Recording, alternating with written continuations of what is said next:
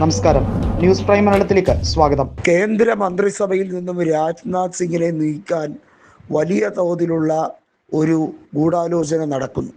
രാജ്നാഥ് സിംഗ് നരേന്ദ്രമോദിയെ പ്രധാനമന്ത്രി സ്ഥാനാർത്ഥിയാക്കി 2014 ഉയർത്തിക്കാട്ടിയതിൻ്റെ യാതൊരുവിധ നന്ദിയും കടപ്പാടും മോദിക്ക് രാജ്നാഥിനോടില്ല എന്ന് പലതവണ പല വേദികളിൽ പല നേതാക്കളും പരസ്യമായും രഹസ്യമായും പറഞ്ഞിട്ടുണ്ട് എന്നുള്ളത് വ്യക്തമാണ്. അമിത്ഷായെ പിടിച്ച് രണ്ടാമനാക്കുന്ന രീതി ശരിയായ കീഴ്വഴക്കമല്ല. മോദിയോളം തന്നെ തഴക്കവും പഴക്കവുമുള്ള മോദി ദേശീയ രാഷ്ട്രീയത്തിൽ എത്തും മുമ്പ് തന്നെ ദേശീയ രാഷ്ട്രീയത്തിൽ ഏറ്റവും മികച്ച നേതാക്കളായിരുന്ന രാജ്നാഥ് സിംഗിനെയും അതുപോലെ തന്നെ പ്രധാനികളായ മറ്റ് പലരെയും ഒതുക്കിയിരുന്നു. നമുക്കറിയാം യശ്വന്ത് സിൻഹയെ പോലുള്ള നേതാക്കളെയൊക്കെ എങ്ങനെയൊക്കെയാണ് നരേന്ദ്രമോദി അപമാനിച്ച് വിട്ടത് എന്നുള്ളത്. ഏതായാലും രാജ്നാഥ് സിംഗ് അടക്കമുള്ളവർ യു പിയിലാണ് ഉള്ളത്. യു പിയുടെ മുൻ മുഖ്യമന്ത്രിയായി കുറച്ചുനാൾ സേവനമനുഷ്ഠിച്ചിട്ടുണ്ട്. അദ്ദേഹം നിലവിൽ പ്രതിരോധ വകുപ്പ് മന്ത്രിയാണ്. പക്ഷേ പ്രതിരോധ വകുപ്പിലെ പോലും കാര്യങ്ങൾ തീരുമാനിക്കുന്നത് ആഭ്യന്തരമന്ത്രിയായാൽ എന്ത് കഷ്ടമാണ് എന്ന് പലരും ചോദിക്കുന്നുണ്ട്.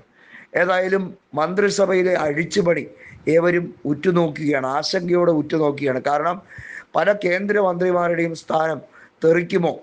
അതിനകത്ത് ധർമ്മേന്ദ്ര പ്രധാനൊന്നും ഒരു ചുക്ക് സംഭവിക്കാൻ പോകുന്നില്ല. കാരണം ഏറ്റവും പാളിച്ച പറ്റിയ വകുപ്പുകളിലെ മന്ത്രിമാരെയൊക്കെ സംരക്ഷിക്കാൻ നരേന്ദ്രമോദി പ്രത്യേകം ശ്രമിക്കും. കാരണം അവർക്കാർക്കും സ്വന്തമായി ഒരു ഇമേജ് ഇല്ല. അവർക്കാർക്കും ഈ രാജ്യത്ത് അധികാരം പിടിച്ചെടുക്കാൻ വേണ്ടിയുള്ള അല്ലെങ്കിൽ അധികാരത്തിൻ്റെ ഭാഗമാകാനുള്ള താല്പര്യമില്ല. ആരൊക്കെയാണ് നരേന്ദ്രമോദിക്കും അമിത്ഷായ്ക്കും വെല്ലുവിളിയാകുന്നത്? അവരുടെ ഏകാധിപത്യ ഭരണത്തെ തച്ചുടയ്ക്കാൻ ആർക്കൊക്കെ ശ്രമിക്കാൻ കഴിയും? നിതിൻ ഗഡ്കരിയെ പോലുള്ളവരെ താറടിക്കാൻ വേണ്ടി കിട്ടുന്ന ഒരവസരവും നരേന്ദ്രമോദിയും അമിത്ഷായും പാഴാക്കുന്നില്ല എന്നുള്ളതും എടുത്തു പറയേണ്ടതാണ്. അധികാര തുടർച്ച നേടിയെടുക്കാൻ ശ്രമിക്കുമ്പോഴും നേതൃമാറ്റം വേണമെന്ന് അമിത്ഷായും മോദിയും വാശി പിടിക്കുന്നത് തങ്ങളെ ചോദ്യം ചെയ്യാൻ യുവ നേതാക്കൾ ആരും തന്നെ വെമ്പില്ല. അതുകൊണ്ട് തന്നെയാണ് നിതിൻ നബീനെ പോലെ ഒരു കളിപ്പാവയെ ദേശീയ അധ്യക്ഷനാക്കി പ്രഖ്യാപിച്ചിരിക്കുന്നത്. JP നദ്ദയെക്കാളും നിതിൻ നബീൻ അധ്യക്ഷനാകുമ്പോൾ ചോദ്യങ്ങൾ കുറഞ്ഞു കിട്ടും.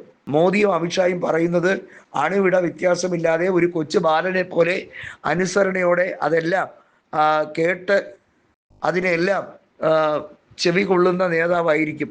അതുകൊണ്ട് തന്നെയാണ് നിതിൻ നബീനെ പോലുള്ള കളിപ്പാവകളെ അല്ലെങ്കിൽ BJP നേതൃത്വത്തിന് ഏതൊക്കെ രീതിയിലാണ് ഉപയോഗിക്കാൻ, മാനിപ്പുലേറ്റ് ചെയ്യാൻ താല്പര്യം അവരെയൊക്കെ പിടിച്ച് നിയോഗിക്കുക എന്ന ഒരു സാഹചര്യത്തിലേക്ക് എത്തിത്തിരിഞ്ഞിരിക്കുന്നത്.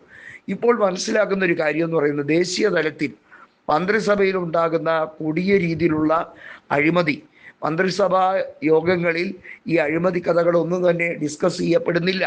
നരേന്ദ്രമോദിയുടെ ഇമേജ് വളരെ ക്ലീൻ ആണെന്ന് പറയുമ്പോഴും തൻ്റെ മന്ത്രിസഭയിലെ മന്ത്രിമാർ കാട്ടിക്കൂട്ടുന്ന നെറികേടുകളുടെ കാര്യങ്ങളിൽ അദ്ദേഹം ഉത്തരം പറയുന്നില്ല.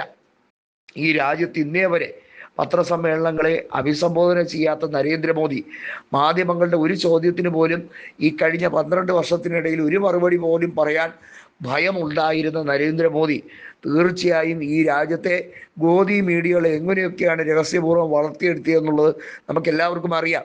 അർണബിനെ പോലെ അതല്ലെങ്കിൽ ഗോദി മീഡിയകളിലെ പല നേതാക്കളും അവർക്ക് വേണ്ടി കുഴലൂതുന്നവരാണ്. അവരൊക്കെ പിന്നീട് രാഷ്ട്രീയ പ്രവർത്തനവുമായി സംഘപരിവാറിലേക്ക് കടന്നു കൂടുന്നുമുണ്ട്.